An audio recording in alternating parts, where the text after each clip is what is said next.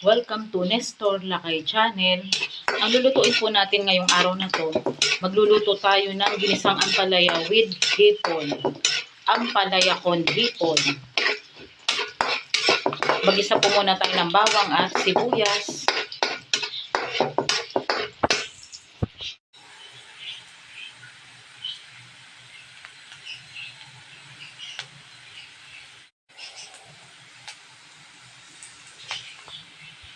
Ilagay na po natin ang hipon.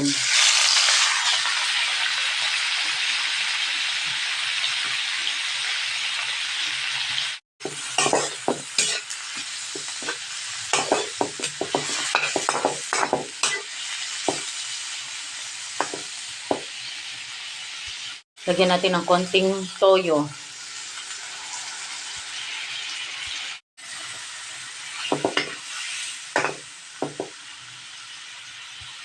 Ilagay na po natin ang ampalaya.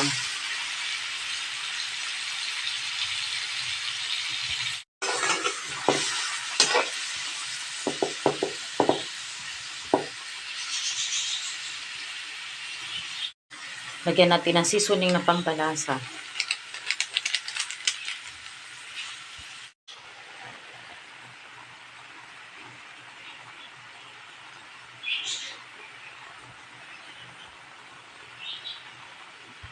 Lagyan natin ng paminta.